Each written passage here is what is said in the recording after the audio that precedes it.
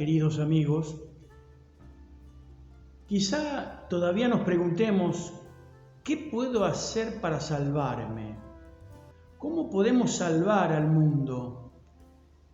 ¿Qué cosas, qué criterios tiene para juzgar al mundo y para juzgarnos a las naciones nuestro Dios? ¿Dónde debo invertir yo en la economía de la salvación? Si todavía me pregunto esas cosas, si todavía me interesa la salvación del mundo y la salvación de mi vida y la de mi prójimo, entonces creo que el texto bíblico que viene para este domingo es un pasaje maravilloso que nos responde muchas cosas y que nos deja pensando acerca de esas preguntas fundamentales. ¿Cuáles son los criterios de justicia de Dios? ¿Cómo nos juzgará Dios? ¿Qué cosas tendrá en cuenta? Por supuesto, para los protestantes, los evangélicos protestantes, la salvación por la fe es un axioma fundamental. Creemos profundamente y lo tomamos del Evangelio de que Dios nos salva por pura gracia, por puro amor, y estamos llamados a confiar y creer en Él por sobre todas las cosas. Nos salvamos por la fe que tenemos. Pero esa fe también busca eficacia, es decir, esa fe sin diaconía, sin servicio, sin obras, es una fe muerta, eso también lo sabemos. Entonces, ¿cuál es la ética de la fe? ¿Cuál es la respuesta que tenemos que tener en la vida? ¿Qué criterios tiene en cuenta Dios para salvarnos, para juzgarnos, para juzgar a las naciones? El Evangelio de este domingo es maravilloso. Mateo 25, 11 en adelante, dice: cuando el Hijo del Hombre venga, rodeado de esplendor y de todos sus ángeles, se sentará en su trono glorioso. La gente de todas las naciones se reunirá delante de él, y él separará unos de otros, como el pastor separa las ovejas de las cabras. Pondrá las ovejas a su derecha y las cabras a su izquierda, y dirá el Rey a los que están a su derecha: vengan ustedes, los que han sido bendecidos por mi Padre, y reciban el reino que está preparado para ustedes desde que Dios hizo el mundo.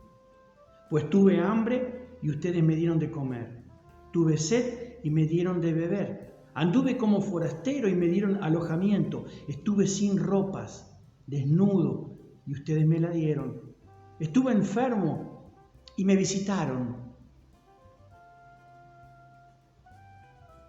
Estuve en la cárcel y vinieron a verme. Entonces los justos preguntarán: Señor, ¿cuándo te vimos con hambre y te dimos de comer? ¿Cuándo te vimos con sed y te dimos de beber? ¿O cuándo te vimos como forastero y te dimos alojamiento? ¿O sin ropa y te la dimos? ¿O cuándo te vimos enfermo o en la cárcel y fuimos a verte? El Rey les contestará: les aseguro que todo lo que hicieron por uno de estos hermanos míos, más humildes, más pequeños, por mí mismo lo hicieron. Hasta aquí el Evangelio, que nos invita a pensar en nuestra ética, en los criterios de nuestra salvación, en la economía de la salvación. ¿A dónde estamos invirtiendo nuestra vida? Los talentos, que el domingo pasado recordábamos en la parábola de los talentos, las capacidades, los dones que Dios nos da, los dineros que Dios nos da. ¿A dónde los estamos invirtiendo? ¿En la economía del reino? ¿Tiene algo que ver todavía la economía de salvación, la economía del reino en nuestra vida, en nuestros criterios? ¿O ya está totalmente desdibujado? Ya hemos perdido las esperanzas y nos aferramos a otra economía, la economía del mundo, porque desconfiamos de la acción y de la presencia de Dios. Y Dios nos dice: yo estoy. Cuando preguntamos: ¿cuándo te vimos? ¿A dónde estás, Señor? ¿Qué estás haciendo?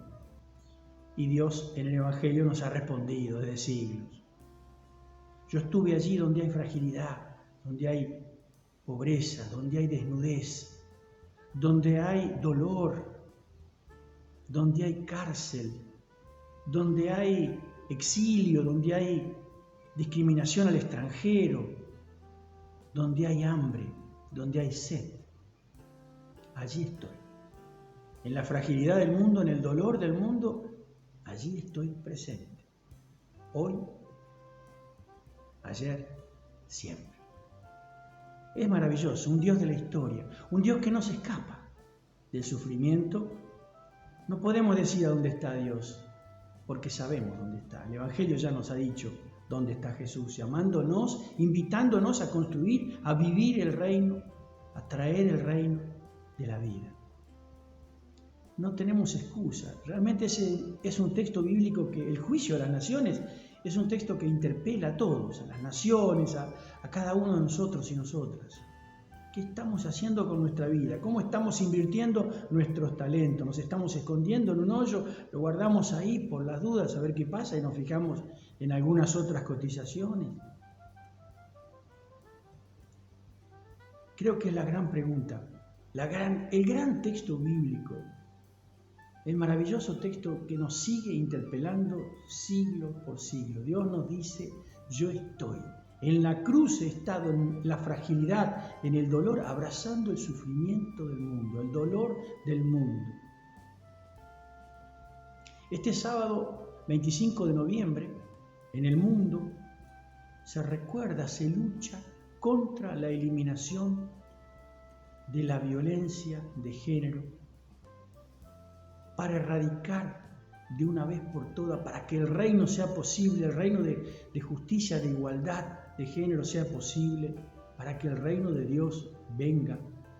Debemos luchar contra ese flagelo de miles, millones de mujeres y niños que sufren de la violencia, el asesinato, en cárceles que son sus casas. Allí está, en las cárceles de sus propios domicilios, el dolor, la muerte, la mirada de los hijos que miran cómo hay violencia, cómo se pega, cómo se mata a su madre.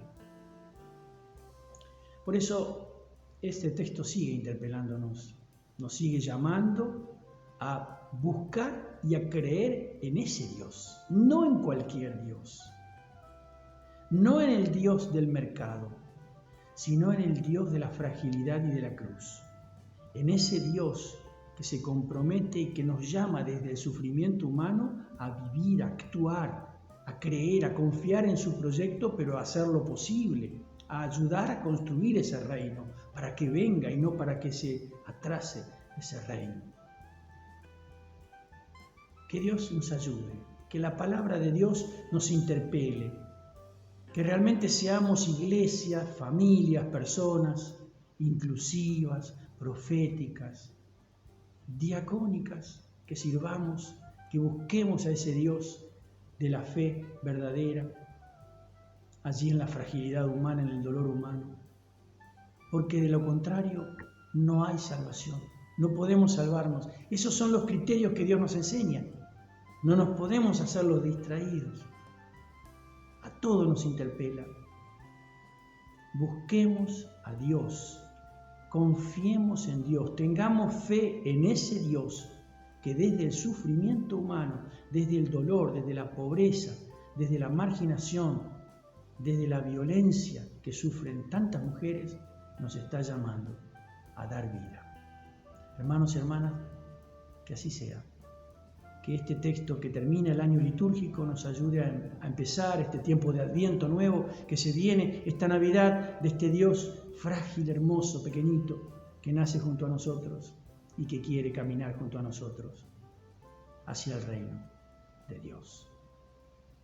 Amén.